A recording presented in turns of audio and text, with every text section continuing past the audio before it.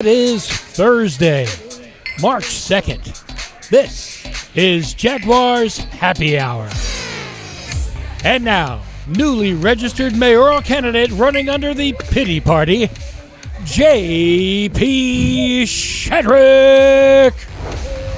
Welcome in. It's Jaguars Happy Hour from the Indiana Convention Center in Indianapolis. The NFL Scouting Combine, the testing getting underway today. Media time starting to wrap up on Radio Row. We've got a busy show ahead for the next hour here at the Combine. CBS Sports senior writer Pete Prisco coming up.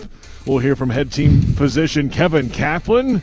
Yes, get his thoughts on what happens here in Indianapolis with the team doctors. And SiriusXM NFL host Kirk Morrison joining us at about 4:30 or so today. J.P. Shadrick with senior writer John Oehser and more senior writer Pete Prisco of CBS Sports. So in other words, we have a future mayor and a former mayor of Jacksonville, There right? we go. Well, Pete's still the mayor, I I'm think. still in there. By the way, you don't look like Baselli. That music reminded me of Joe's introduction. Is it Monday night again? I know. mean, you don't look like Baselli. I'm in better shape. And you know more than he does. Incredible.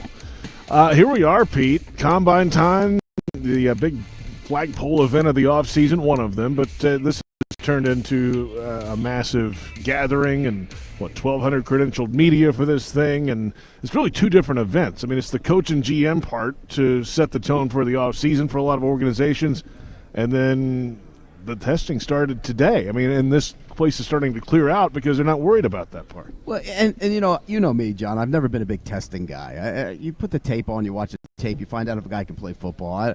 The interviews are good, the medical's good, all of that is important. But the actual workout, we've come here for years and seen guys come here and they work out, oh, he's great, and then you get drafted and they don't play that well. And so I think you got to really evaluate them based on the tape. And this thing is enormous, by the way. I think if you have a draft buddy leaflet, you're going to get a credential to this thing. NFL Draft Site Tech.net. So, yeah. And hey, look, it's great for the game. It's great for the kids who are doing it. But I wish I had the opportunity when I was a young kid to be able to do something like that. But it used to be in over there in that hotel over there. That's where it was. I want to hear your best 20-year-old combine story. I'll tell you mine real quick. First combine. You were with CBS already. I had just taken over for you at the Times-Union. My only interview with Tom Coughlin, I'm the main Jaguars beat writer. My only interview with Tom Coughlin all week, I chased him down as he was going into the Catholic church over here across the street at 6:30 or 10 minutes before Mass. Talked to him for 10 minutes before Mass. He gave me grief because he said, "You're putting all our salary cap information in the paper, Oehser." But that was where you got the coach. There was no podium. No. There was no car wash. There was no set stage. And I was worried all week I wasn't going to get Tom. And I finally got him on the steps of the Catholic Church at 5:50 on a Saturday. And I know you were here a couple years before that, and I were here when there was nothing, and they were trying to throw you out, basically. Yeah, well, you had to interview guys in the lobby of the Crown Plaza right there. That's what it was. And they'd if you'd ask for a player, they'd bring them down. There'd be like 4 or 5 guys would talk to him. Sometimes you were the only guy talking to him. It was just so much different. My story is that first year I came was the year before. Yeah, the year they were drafting that first draft pick. And I remember chasing Steve McNair down the road trying to get him. Because remember, there was some talk that they might end up taking Right. Steve McNair. There was that one. Then there was, I remember, one of those early years, it might have been year 2, 2 agents actually got in a fist fight in the lobby of the because he was accusing of stealing his You client. tell me about that. Nice. Yeah. I thought you were And going to then tell a different story about the first time you came to the combine. But No, some of them I'm not allowed to tell. And then I think it was 96 when you called me, and there was a mob around Keyshawn. I think I remember the story right. And Jags had the number 1 pick. I had the number 2 pick, and the Jets had the number 1, and Keyshawn went 1. And you asked him about playing for Coughlin. He went, "Coach Cough, he cool." yeah. But he wasn't going to play for him, though. No. And then it worked out great because the Hall of Famer was Right. the pick. So it worked out for them. That's Pete Prisco, John Oehser, J.P. Shadrick. It's Jaguars Happy Hour from the NFL Scouting Combine. A lot of positive reaction about the Jaguars run, Pete, here in Indianapolis this week. Rightly so. Trent Baalke on the podium on Tuesday, and Doug Peterson making the rounds. And you know what? Got a quarterback, a lot of things going well, a lot of moves the last week or so to move some money around, and then the news today that they're expected to tag Evan Ingram, So, all things are well in Jaguar land. Well, Evan Ingram wasn't going anywhere, no matter what. They were trying. They probably still are trying to get a deal done with him. If they can't get the deal, All right, this done could be a placeholder. right. Tag. If they don't get the deal done with him, but if they don't get the deal done with him before they even put because they haven't officially put the tag on him yet, they're going to do it one way or the other. He will be in Jacksonville next year, no matter what. But if they get him tagged, then maybe what do you do with Jawan Taylor? Personally, and I said that to them. I would not let Jawan Taylor out the door. He's too valuable. This is an offensive team. You have a franchise quarterback. Make sure the offense is every bit as good as it can be. And by keeping Jawan Taylor there, I think, and Evan Ingram there, and you add Ridley to the equation, and by the way, I hear nothing but good things about his ability to work out. He's supposedly flying around in his workouts. Then all of a sudden your offense is pretty much set. You need a big banger back, but aside from that, you're pretty much set there. Well, they were 10th in the league in offense last year and really spent the first 7 or 8 games trying to figure out where they were. And then they got, so I anticipate what you're talking about, them being, I think they ought to be a top 3 or 4 offense next year based on that. And I agree. I don't think they want to let Jawan Taylor out the door. I think there will be a point, as with any number, that it might get too big for him. I don't think you can necessarily say we can't let him out the door at any price. And that's a matter of how Drew wants to come in. And if Drew really wants to get him in free agency, it's going to be tough. Yeah, it will be tough. And particularly if, some teams look at it, there's a desperation for offensive linemen, which might drive up his price. I mean, I did the top 100 ranking of the linemen, and I think he was 7th. I mean, of the players, I think I had him 7th. That's how much I feel about of his all growth. Players. Yeah. Okay. That's how much I feel about his growth this year. I mean, he was that good.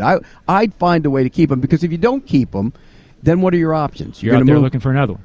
Or you're moving one of those guys to right tackle. Right. Walker Little proved he couldn't play right tackle. At least it didn't look like he could.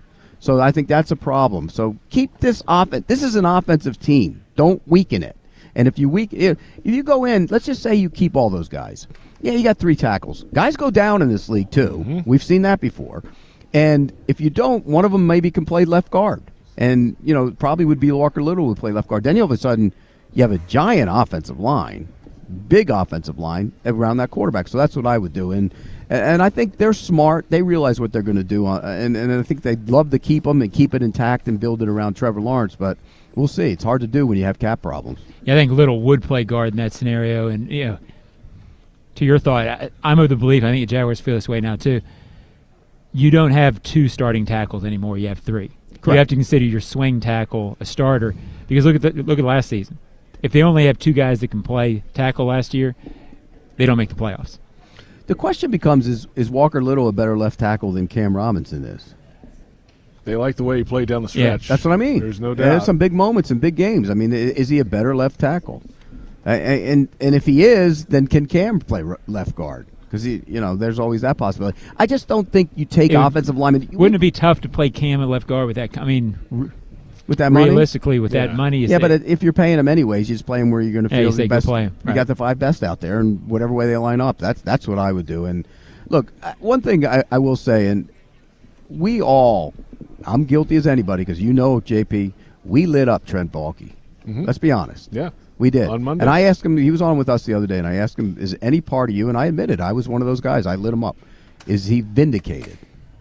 And he wouldn't go there. No, he wouldn't. A little bit. He wouldn't. He didn't. No. He wouldn't go there. No, he has to. Is he a little bit vindicated? You're saying? Right, somewhere inside he has to feel it, but he's not going to say he's it publicly. publicly not going to go out there. But any human being would be. Right. I can admit when he did some really good things. Now, having said that, the defense still isn't good.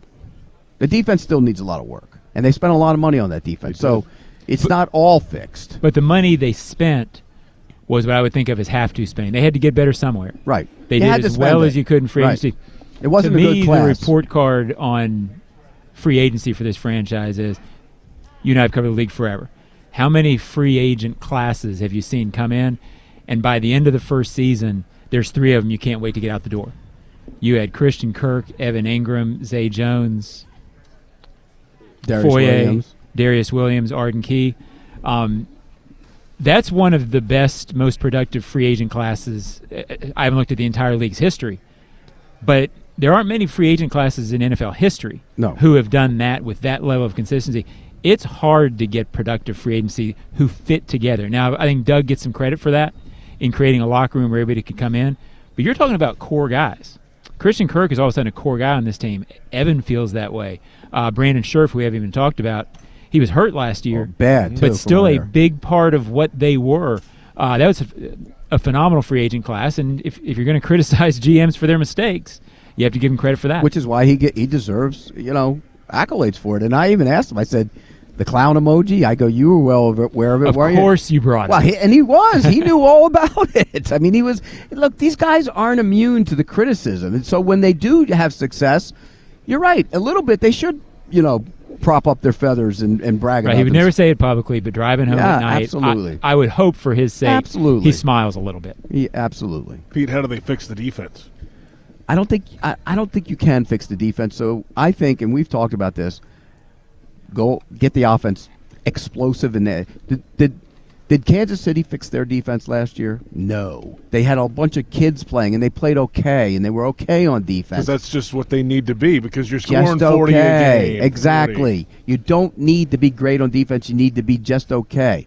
Last year at times, they were not just okay, and they still need to rush the passer better. I think, and again, this is something I asked Doug about, and I think they're going to do more of it. They won't commit it to it fully, but this is what they need to play Trayvon Walker down. I think he could become Eric Armstead from the 49ers, DeForest Buckner, Calais Campbell. That's the kind of ability he has. And I know everybody says, well, they drafted him first overall to become a pass rusher. If he's a really good player, getting 10, 11 sacks from the inside, is that taint the pick at all? No, absolutely not. And I don't know if he's ever going to be a great pass rusher. And that's the problem. Think about that. You have 2 top 10 picks rushing the passer, and you still weren't good rushing the passer. That's a concern. Pete, we talked about it yesterday. I tend to agree with you on Trayvon.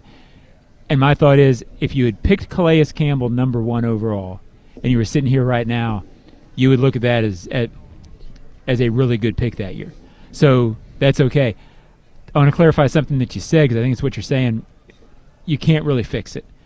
And I agree with you, because if what you're looking for is high-impact pass rush, I don't know that at 24 you're going to find that. And it's really hard to find in free agency, and I don't know that as a team they're in a position to go all chips in on a risky free agent pass rusher. So I have a feeling that next year, 10 games into the season, fans may go, well, they didn't look at the pass rush last offseason. You have to remember what's available to you as a franchise, how you build. That's why I agree with you. Okay, well, you say there may not be the Joey Bosa fix at pass rusher, so you go get stronger somewhere else and make up for what might not be as strong as you want. That and again, if you keep Jawan Taylor and you keep Evan Ingram and you look at the offense, you might draft a back in the 5th round to help the offense. Might get another tight end at some point in the draft. And who knows, maybe there's a tight end in the 1st round you really like, you add him to the mix, and all of a sudden you're really a dynamic offense. But if you don't use that first pick on a tight end, then you look at your defense. You have to get a corner and you have to get a pass rusher. Those are 2 things you have to get. And at some point in this draft or some point in free agency, because they don't have the corners. Look, Herndon's a nice little plays hard, everything, but when you see him as the nickel corner, he gets exposed. He runs across the field. He can't run with guys. That's a problem. Darius Williams, we talked about it all year. Move him outside. He moved outside. He was better, but is he an elite corner? No. Tyson Campbell's a good player, and they need somebody else. They need and this is by the way, this is a great corner draft. There's you a might lot need of 2 guys. corners to this. Yeah, bunch. and you could probably get 2 and 2 guys that can come in and compete. So I don't think it's entirely fixable on defense, but it can get better. And that's all. If you have the offense that I think they're going to have, that's all it needs to do is get better. Particularly, let's not forget, guys, they play 6 games against the South, which is not a good division. They play 4 more against the NFC South. He's locking it already. He's locking an it. early lock. I haven't locked it yet. Pacelli locked it until our last show, didn't he? He did, yes. He did. We both locked the division next year. Oh, he locked Yeah. Oh, yeah. But Of course he he's did. locking at least, how many wins? That should be 9 right there. Yeah. Lose one of them. Okay. So you're guaranteed 9-1 against those teams. Those teams in the South are terrible. Look at the quarterbacks you're going to be playing. Yeah. Look at all Division 7 games are teams. tough. They are Yeah. tough, but in all 7 teams right now, who are the quarterbacks you're playing? Tannehill, Maybe. Yeah. Bryce There's Young. 3 don't knows. Bryce Young. Right. So, Yeah. Rookie quarterback, and then you don't know what's going on. Colts will probably have a rookie quarterback too. Mm-hmm. And then in the NFC South, you have Brady. No, you think he's coming back? Breeze. Trask, or whoever they go get. Carolina has no idea. They might bring Darnold back. Oof. Atlanta has Carr. Ritter, who's in his second year, barely played last year, Right. and then so it's a great schedule next year. And plus, I'm not going to say that just to say it's a 1 year one. This team is here for the next decade because of that quarterback. Period. End of story. Anything else you do is all about him. It's just like the Chiefs. They let Tyreek Hill go. They use the draft picks. They supplement the defense. They bring in some 1 year hits. On the quarterback got him there again, and he won it again. That's what Trevor Lawrence does for this team. He has to be. Yes, When you draft number one, that's what they have to eventually be. Pete, appreciate it. I'll get you a cold one tonight. absolutely. You got it. Pete Prisco, CBS Sports senior writer, with us on Jaguars Happy Hour, and the 2023 season is on the horizon.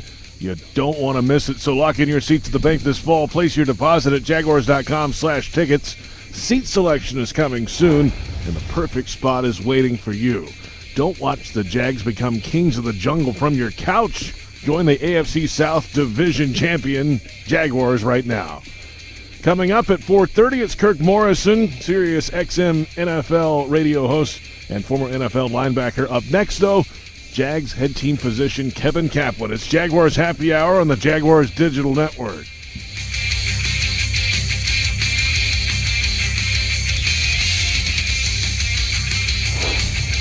Hey Jags fans, Brian Sexton for Dreamfinders Homes. In a complex housing market, do decisions on the biggest purchase of your life stress you out? At Dreamfinders Homes, they can build the home of your dreams in one of their many communities in Northeast Florida. With a mortgage company in-house, they're here to assist you throughout the entire process. Choose from their wide range of single-family homes or townhomes from the 300,000s. Dreamfinders Homes specializes in homes built to fit your lifestyle.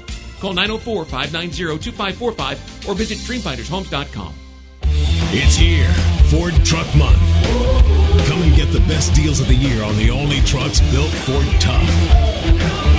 Drive home the rugged Ford F-150, part of Ford F-Series, America's best-selling truck 46 years straight and counting. But hurry in because these deals won't last forever. It's Ford Truck Month. Don't miss it. Come and get it at your local Ford dealer. Based on 1977 to 2022 calendar year total sales. I'm Dr. Hughes, cardiovascular surgeon. The Florida Lottery has contributed billions of dollars to education, putting kids like me on the path to success. And they've awarded countless Bright Future scholarships, helping me pursue higher education. So I can do more than just dream of a brighter future. I can create one. The Florida Lottery is proud to help fund the futures of students all across our state. Learn more at flalottery.com/education. Travel Camp RV, official RV dealer of the Jacksonville Jaguars, invites you to come shop their huge selection of inventory for your dream RV. With locations across the Southeast, you're sure to find them close by. Get value pricing on the top RV brands in the country, paired with the guaranteed best financing options available. You can also shop their inventory at travelcamp.com. Travel Camp RV has helped more families make more great memories in an RV since 1982. They're excited to add you to the Travel Camp RV family today. As the official dentist of the Jacksonville Jaguars, ASAP Dental is a champion of the dental game. Let them win you over with full-service dental care and the same-day smile you deserve. Open 7 days a week, ASAP Dental has 8 locations to serve you in the Northeast Florida area. So come see them today. With their exceptional experience and care, you're always treated as the MVP. Visit asapdentalcare.com or call 904-500-2727 to book your appointment today. Jaguars fans, here's a great way to pay with pride wherever you go.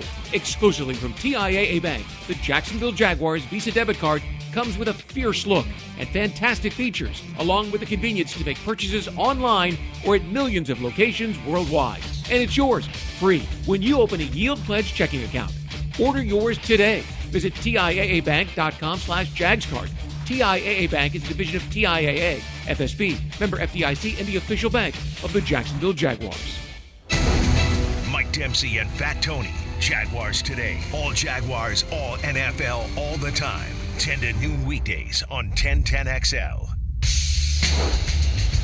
Welcome back. It's Jaguars Happy Hour, and if you're ready to renew your season tickets, the time is now. Renew before March 8th, and you'll have a chance to win a scratch pack prize. Those prizes range from signed merchandise to full-on experiences, so lock in your seats today. Welcome back. It's Jaguars Happy Hour from the NFL Scouting Combine in Indianapolis in the Indiana Convention Center. Coming up shortly, Kirk Morrison, former Jaguars linebacker, now SiriusXM NFL radio host. Now joining us is the Jaguars head team physician, Dr. Kevin Kaplan from Jacksonville Orthopedic Institute. And Cap, here we are at the Combine again. Good to see you, and thanks for the time, man. No, I enjoyed seeing you guys. I'm glad I got a chance to come over. What number Combine is this for you? This is 14 for me. Wow. Yeah, so assistant for 4 years, and I've been the head guy for 10 years now. You're only like 30 years old. How Young do you guy. pull that out? Young guy. Started going when you were 16? It's amazing. All right, so everybody says that, ask almost everybody, the most important part of the Combine experience for these players is the medical evaluation, and certainly for the teams that want to get exposed to these players and see what's really going on, that's where you and your staff come in. So take us through the process. Like, is there a room? Are there multiple rooms? Do the players roll through? Do you get to just cherry pick guys? I mean, how does that work for the physicians? Yeah, I mean, I'm sure you know this. The way this whole NFL Combine really started was medical, right? Doctors are saying, hey, we're bringing guys in. We don't know anything about them, and so can you tell us what their medical risk is? And that's how this whole thing started, and then the running, the jumping, all that kind of followed suit. So the way it works is there are rooms of physicians. Our room has been the same, at least ever since I've been around. It's the same group of guys. So it's us, the Titans, the Jets, the Chargers, and the Bengals. So you're very familiar with the guys that are in your room. And every single player that's here at the Combine comes to that room. And so they'll bring them in one by one.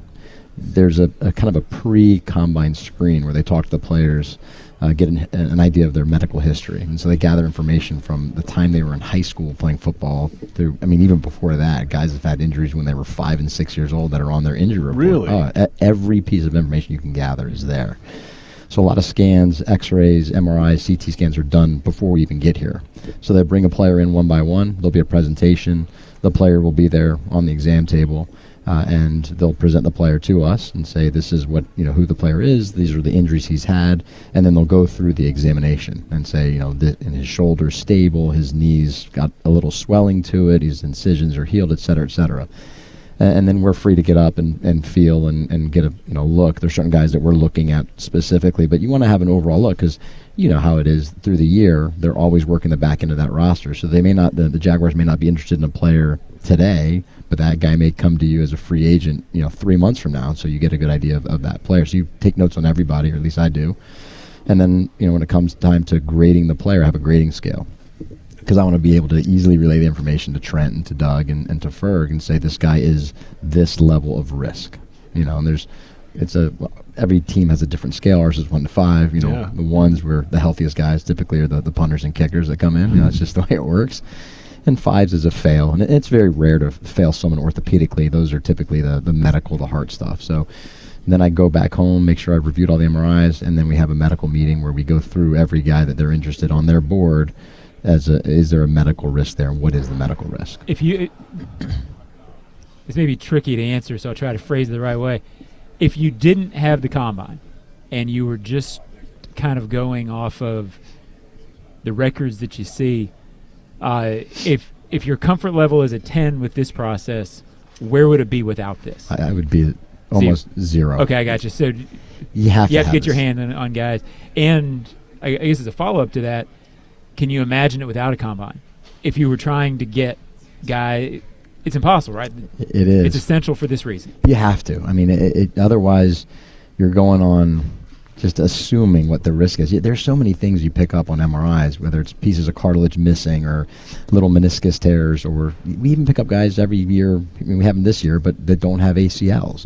They didn't know they didn't have an ACL. And that's some people cope with that. Their knees loose and they may cope with it, but they need an ACL obviously to play the game. So, without this, we wouldn't have any of that information. Is that where they've never had them, or it's been torn sometime and they didn't know it?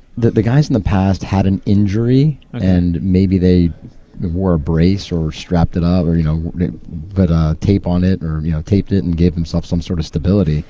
But there are a subset of people that can cope without an ACL, but you don't wonder how they kind of got by doing that. Maybe that's why I wasn't very good at basketball, Yeah, JP. Maybe I didn't have ACL. He's ACL. Maybe I was missing something. That's what it was.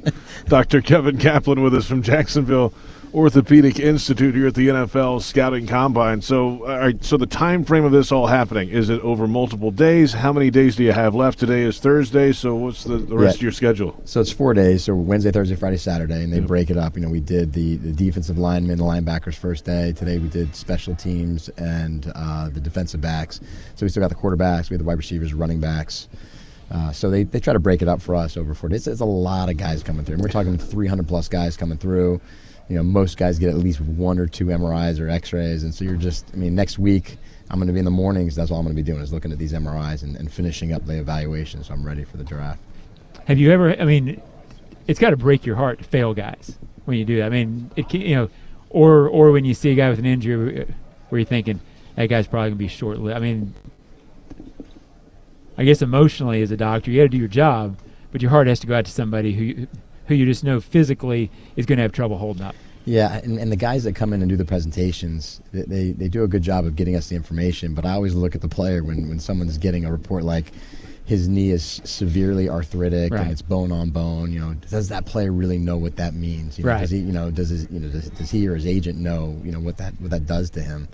So yeah, because this is their dream. They're here for to get into the NFL. But most guys, all you're doing is presenting facts. You're not passing opinion, but it's still tough. Correct, absolutely. And then there's a level of risk, right? There may be a guy that has a bad knee or an arthritic knee, and he's a good player, and someone's going to take him on a chance, that he may make it. Right. Will he make it through that first contract to the second contract? Right. The Jaguars this past year used the fewest amount of players in the NFL. 61 players touched the field. That was the fewest in the regular season. Credit to you and your staff, Jeff Ferguson, the VP of Player Health and Performance, the athletic training staff underneath him. Collective effort, yes, to work on the Jaguars roster, but also the Jaguars players for having to do some things on their own as well. It's a full team effort, not just the staff involved. That's a big piece of it, but the players have to buy into that as well. 100%. It starts with them. They're taking care of their bodies. They know what they need to do. And these guys, this team is, you guys know it. They're just different. They want to be there. They want to get better. And then you have Jeff, you have Ferg that just does a great job in making sure the players are taken care of and are treated appropriately. But injuries are going to happen, right? And not every injury is going to be cut and dry. There's a kind of a gray zone. Can you play with this? What can we do to get you as good as possible without putting you at risk? Mm-hmm. And then there's the coach, right? And the coach has to do a great job in making sure that throughout the season you're not practicing like you were in July come December and January and hopefully farther. And I think Doug is maybe it's because he was a player and he knows the grind, he really took care of the players, and that makes our job easier because they're not coming in with their, no legs and tired and cramping, and cramping leads to injury. And so you hit the nail on the head. It's a group effort in terms of keeping guys healthy on the field. Emphasize that last part for me, if you will, because I've heard from a lot of people over the years, certain coaches will run their guys, and as much as they want to be a player's coach, they just are going to run their guys out there. But the importance of the head coach understanding that these guys have to be rested at the proper times. I've heard from different medical people over the years that can be everything to keeping a team healthy.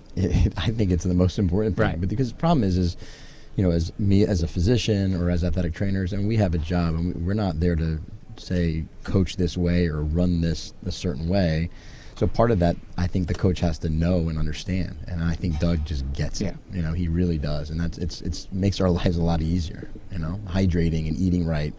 But if you go into a game on Sunday and then you run so hard, come Monday and Wednesday and Thursday, then you're going to the next week, and it's just a cumulative wear on the body, and that's a season's a full grind.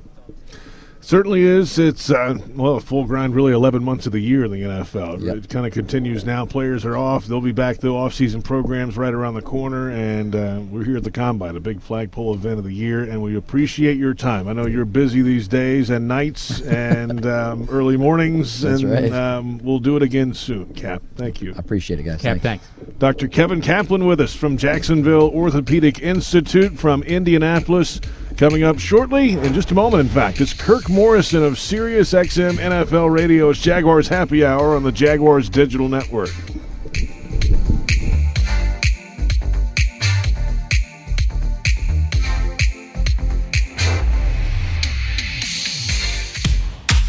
most sandwich places, asking for more of something is just part of the drill. But what if you never had to ask for more? What if more was just a given? At Daly's, more is what our sandwiches are built on.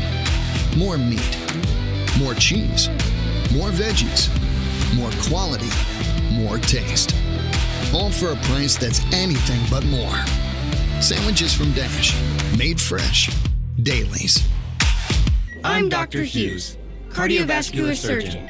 The Florida Lottery has contributed billions of dollars to education, putting kids like me on the path to success. And they've awarded countless Bright Future scholarships, helping me pursue higher education. So I can do more than just dream of a brighter future. I can create one.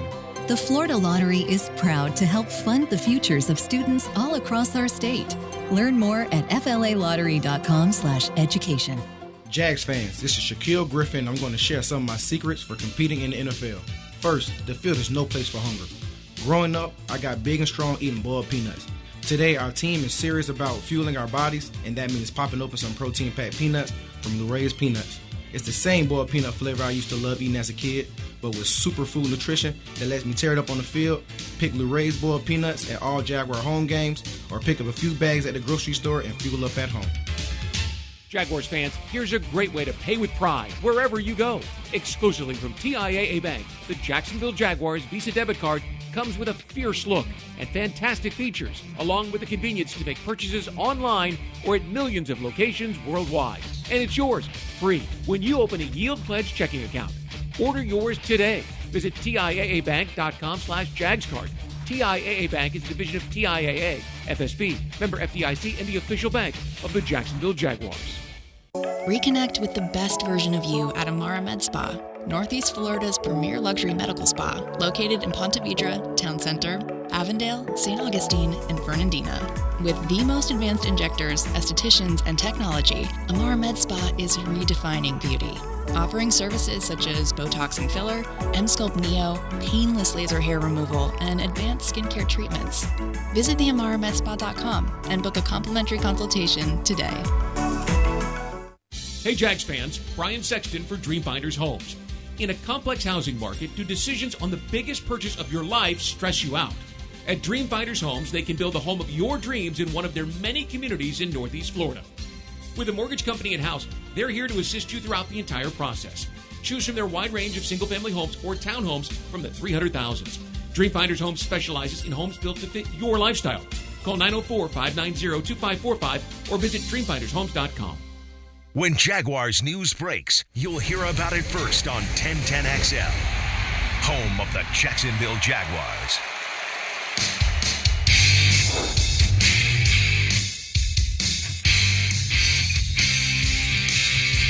Welcome back. It's Jaguars Happy Hour from the Indiana Convention Center in Indianapolis at the NFL Scouting Combine. JP Shadrick, John Oehser. We're on 1010 AM, Jaguars.com, Jaguars Twitter, Facebook, and YouTube. The podcasts, of course, on the free iHeartRadio app. Search Jacksonville Jaguars, and, of course, hit us up on Twitter today at JP Shadrick, at John Oehser. Our next guest, a host on SiriusXM NFL Radio, former NFL linebacker Kirk Morrison joining us now, former Jaguar as well. Indeed, Kirk, it's great to see you, man. What's up?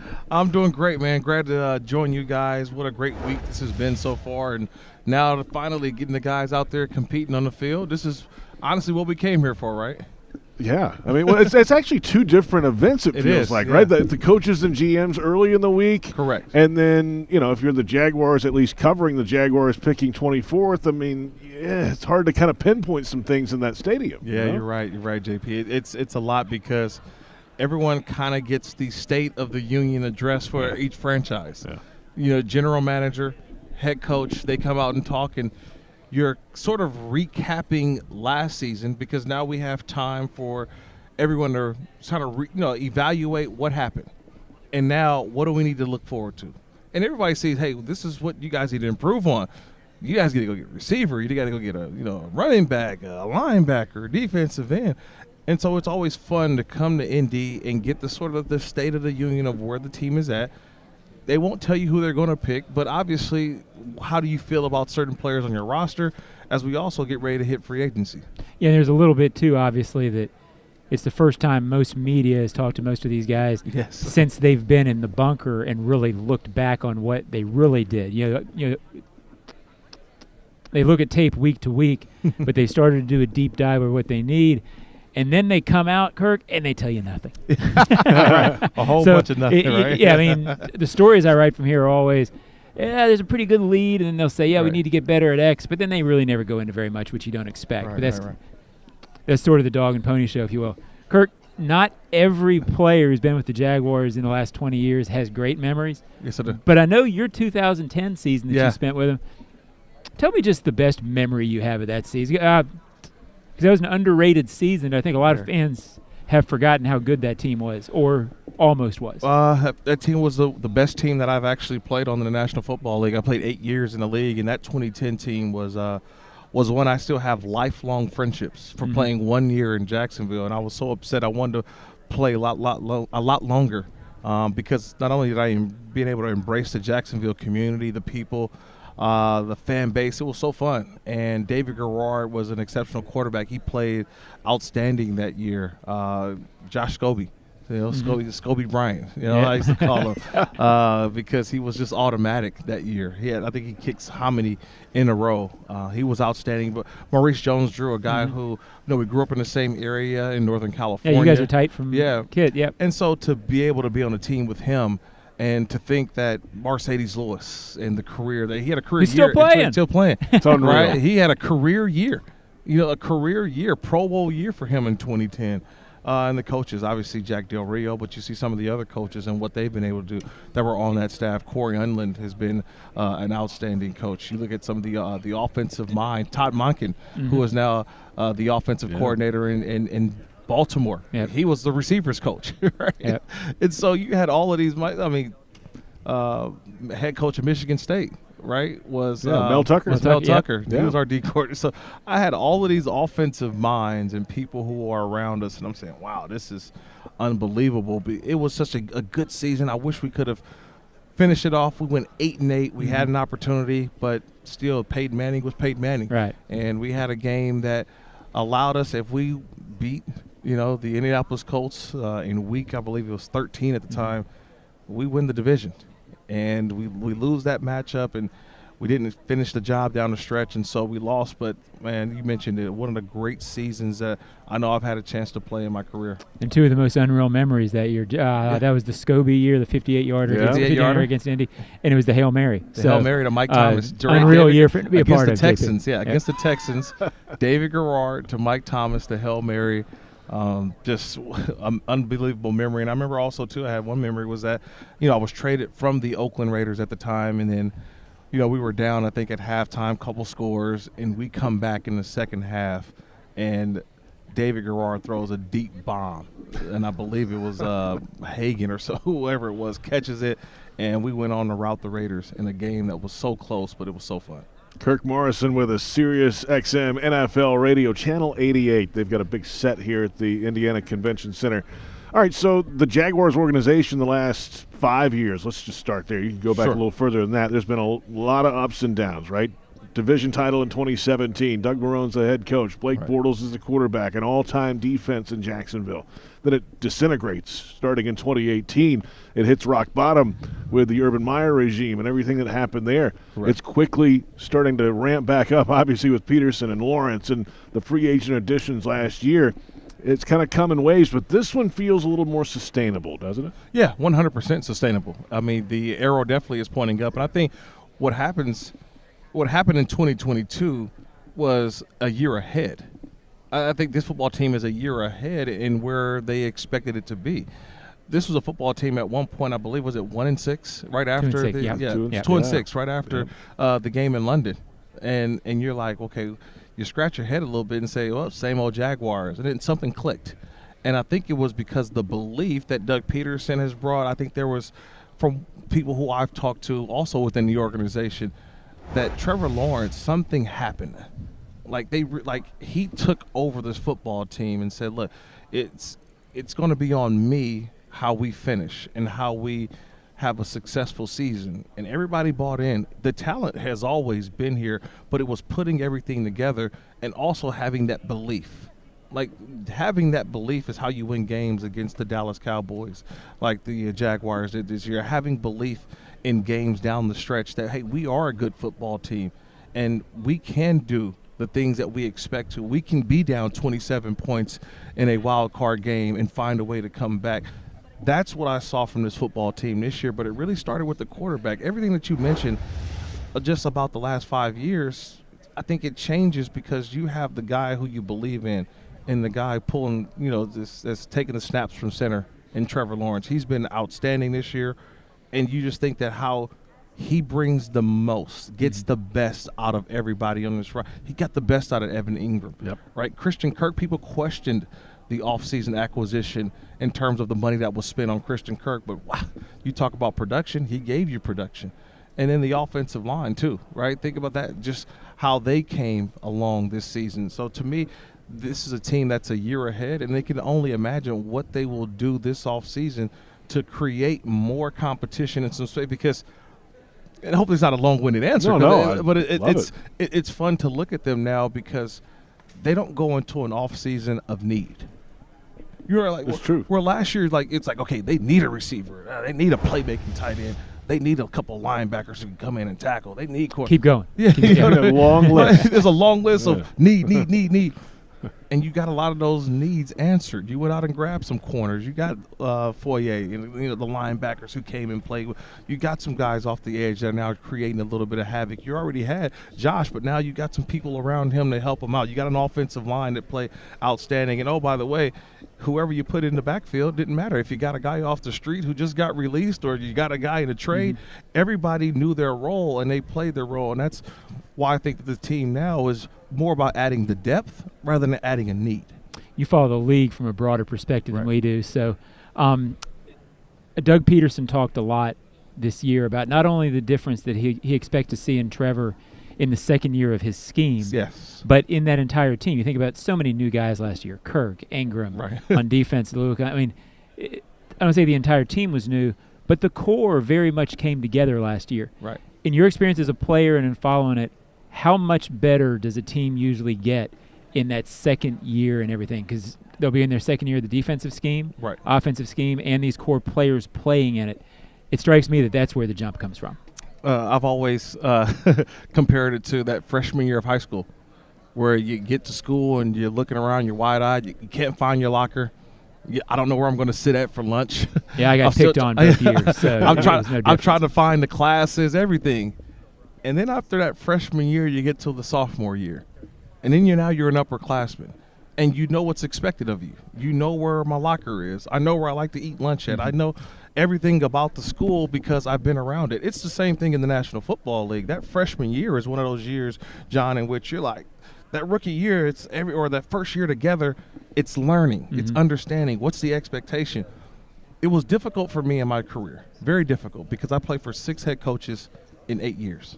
6. Wow. So every year for me, the philosophy or the culture had to change, and you're learning, hey, what's the new expectation of a new head coach?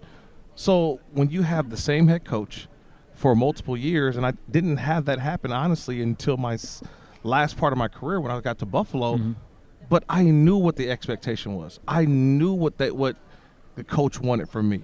The team knew what the coach wanted, and there was no surprises. You knew how practice was going to be ran. You knew how the extra time that you can put in to be a better player, all of that. And so now when Trevor Lawrence comes to the line of scrimmage, he's got the built-in audibles that he maybe didn't have in year one. Or on defense, you have the audibles and the things that, hey, great play call from coach, but you know what? No, let's check it. Let's check to a different coverage that gets us in a better situation to get us to the next down. That's what year 2 in the system, not just offensively, but also defensively, helps you out now with this Jaguars team. Kirk Morrison with us, Sirius XM NFL Radio. Final thought with you here, and thanks again for the time. You know, the Bills, the Chiefs. Yes. Jaguars are kind of in that mix, obviously. I mean, there's a bunch of teams now in the AFC that have top-tier quarterbacks. They've got pass rushers. I mean, this is as competitive as I can remember the conference being since I've been in. This will be season 12. Right. I'm sure there have been other competitive times. There's other great quarterbacks, but compared to what the NFC has to offer right now. Right. AFC's tough, but the Jags are right there in the mix. Obviously, they went toe-to-toe with the Chiefs in the divisional round. They got a taste of it, right? So every year we always, the cliche, you win your division, you get to the playoffs. Mm-hmm. Well, the Jaguars did that last year. They won their division. But they got a chance to see the next step that needs to be taken in order to be a true contender in the AFC. They got a chance to go to Kansas City, and to be all honest, they played a hell of a football game. They did. There was moments where they could have actually changed the tide of that game, and we wouldn't have. I wouldn't have been as surprised had they won, because they had that mindset of we're underdogs. All that, they won't be underdogs anymore. I think because of the way they played this year, they're going to be a much different team that people will be looked at. But in 2 years of Trevor Lawrence, he is the best quarterback in the AFC South right now. Right now, he starts at the top. This division seems to be the Jaguars' division by quarterback already. Mm-hmm. He is when you put the matchup of against the Texans or the Colts or the Titans right now, he's the best quarterback. You're checking that box. That's right. the box that you already have. So if you have that piece for you already, that's what makes you excited about getting back to the tournament next year. And then you know what's expected, because you mentioned those other quarterbacks, those other teams that have been in that contention for the last 3 or 4 years. But the only thing is what the NFL presents is that one of those teams have to fall, because there's always a team on the rise. Cincinnati has been that team the last couple of years that have kind of rose, and they've dropped Buffalo, who's been there the last couple of years. It's been a fun couple of last 4 or 5 years, this new era of quarterbacks, right? You mentioned Tom Brady leaving out of the league. Right. And now all of a sudden this influx of youth of good quarterbacks. I mean, I just was watching the looking at the AFC Pro Bowl quarterbacks, right? I was in Vegas to doing some interviews down there in the Pro Bowl and talk to Trevor Lawrence, and to see Trevor Lawrence, Josh Allen, right? Joe Burrow, Patrick Mahomes, Justin Herbert, and think about how far Tua has been pushed down, right? Right, yeah. Think about this is the same conference that has Russell Wilson, right. And yet Russell Wilson is not even he's not even in the top 10 no. in the conference. Russell Wilson's not even in the top 10, I think, in quarterbacks in the conference. That's how good it is. But I think that's where the Jaguars have put themselves in a position because of the added pieces and weapons for their quarterback. Kirk, great stuff. Thanks again for the time. Glad to see you're doing well, and we'll see you down the line. JP, John, anytime. Stuff, anytime, fellas, anytime. Kirk Morrison, Sirius XM, NFL Radio. Plenty to come. We'll wrap it up from Indy after this. It's Jaguars Happy Hour on the Jaguars Digital Network.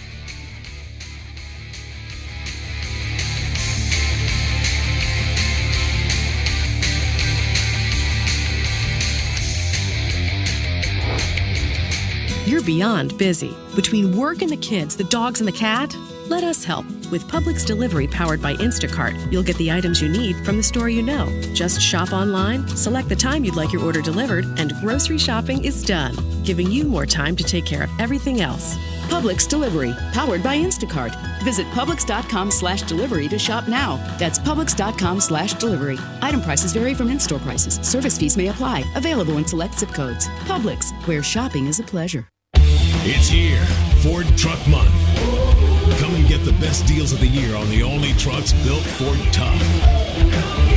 Drive home the rugged Ford F-150, part of Ford F-Series, America's best-selling truck 46 years straight and counting. But hurry in, because these deals won't last forever. It's Ford Truck Month. Don't miss it. Come and get it at your local Ford dealer. Based on 1977 to 2022 calendar year total sales. I'm Dr. Hughes, cardiovascular surgeon. The Florida Lottery has contributed billions of dollars to education, putting kids like me on the path to success. And they've awarded countless Bright Future scholarships, helping me pursue higher education. So I can do more than just dream of a brighter future. I can create one. The Florida Lottery is proud to help fund the futures of students all across our state. Learn more at flalottery.com/education. Hey Jags fans, Brian Sexton for Dreamfinders Homes. In a complex housing market, do decisions on the biggest purchase of your life stress you out? At Dreamfinders Homes, they can build the home of your dreams in one of their many communities in Northeast Florida. With a mortgage company in-house, they're here to assist you throughout the entire process. Choose from their wide range of single-family homes or townhomes from the 300,000s. Dreamfinders Homes specializes in homes built to fit your lifestyle. Call 904-590-2545 or visit dreamfindershomes.com. With the first pick in the 2022 draft, the Jacksonville Jaguars select Duck Duck Rooter, the best plumbing and septic company in Florida. Congratulations, Duck Duck Rooter. So tell us, how does it feel to be picked number one? Duck Duck Rooter Plumbing and Septic Services is excited to announce we're a proud partner of the Jacksonville Jaguars. When you need help tackling any type of plumbing or septic issue, call our team of first-round draft picks for the win. DuckDuckRooter.com. That's DuckDuckRooter.com. Jaguars fans, here's a great way to pay with pride wherever you go. Exclusively from TIAA Bank, the Jacksonville Jaguars Visa debit card comes with a fierce look and fantastic features, along with the convenience to make purchases online or at millions of locations worldwide. And it's yours, free, when you open a Yield Pledge checking account. Order yours today. Visit TIAABank.com/JagsCard. TIAA Bank is a division of TIAA, FSB, member FDIC, and the official bank of the Jacksonville Jaguars. Jacksonville Sports Talk for Jacksonville sports fans. 1010XL, home of the Jacksonville Jaguars. Jaguars Happy Hour continues, and the 2023 concert season is here, and there's no better time to become a Daly's Place Blue member than right now. Enjoy the best seats and amenities, premium parking, and much more. And you can watch Kenny Chesney, Old Dominion, Yellow Card, and many more acts on the schedule already. For more, email ticketing at boldevents.com or call 904-633-2000. Welcome back to Indianapolis. JP Shadrick with John Oehser. It's Jaguars Happy Hour on this Thursday afternoon. Glad you're along with us. Busy show today. Pete Prisco with us. Dr. Kevin Kaplan joining us earlier. Kirk Morrison from SiriusXM. Good to hear from Kirk, former Jaguar for one season at least. 2010, you made the point, a pretty good season until it wasn't the best season. They had some good moments there, but good to see him doing well and doing big things on SiriusXM, ESPN, college football as well. He's all over the place. Yeah, and he was by far the tallest of our three guests today, Kirk Morrison. Easily, yes.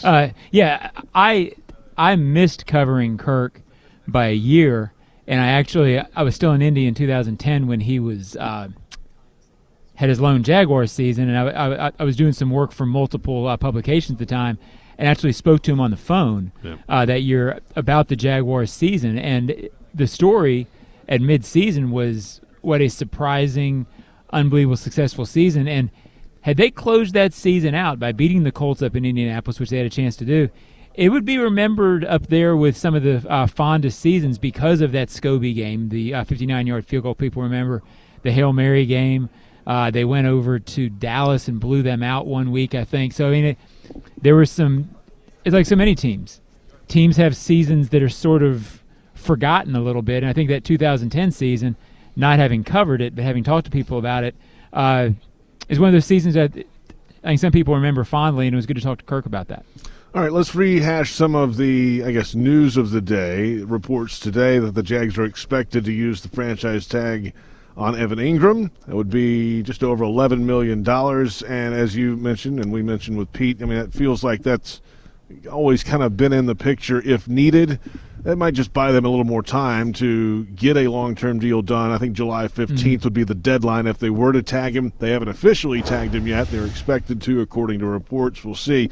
But this just feels like just extending it out in time to make a deal for Evan Ingram. As Trent Baalke said, they want him. Evan Ingram said it on interviews in the last couple of weeks. He wants to be here. He wouldn't mind the franchise tag. He said that himself in one of those just because he would see it as an extension to make a long-term deal. So this one feels like it's just elementary. It's going to happen. Yeah, if there's been a theme of the offseason so far, and we've talked about it even with some of the guests for the Jaguars, has been, outside of the Roy Robertson-Harrison extension, everything feels more clerical, if you will.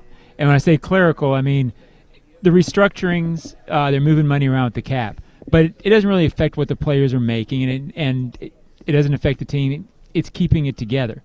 So it hasn't been a very newsworthy offseason yet, unless you like following accounting in the NFL. So, and I'm not saying that as a negative because that's what they wanted. They wanted to keep their guys. They wanted to clear books. So I think Evan Ingram very much fits into that. Everybody you talk to, from Evan after the season, when Trent Baalke talked about it at a couple of podiums, and people you talk to on the side, there's never been much of a doubt that one way or the other they were going to keep Evan Ingram. The doubt has been more over Jawan Taylor out of those two. And I believe, based on just feel from talking to Trent, that at some point they'll get a long-term deal done with Evan Ingram, because as I've written many times, and you read it too often for your sake, when sides want to get something done in this league, and when both sides genuinely want something to happen, it usually gets done. And from talking to Evan, it certainly feels like he wants to be here long-term. It would behoove him to be here long-term and the franchise. My guess is once the Jaguars maybe move a little further down the road and figure out exactly what the rest of the cap looks like, then maybe they come back and say, okay, we got to figure it out. Now we know exactly where Evan will fit. Time to get it done. Maybe it's not that. Maybe it's just a matter of, okay, now we can agree on that number. Maybe the Jawan Taylor has something to do with that. Who knows? But sometimes you get the sense with a franchise tag.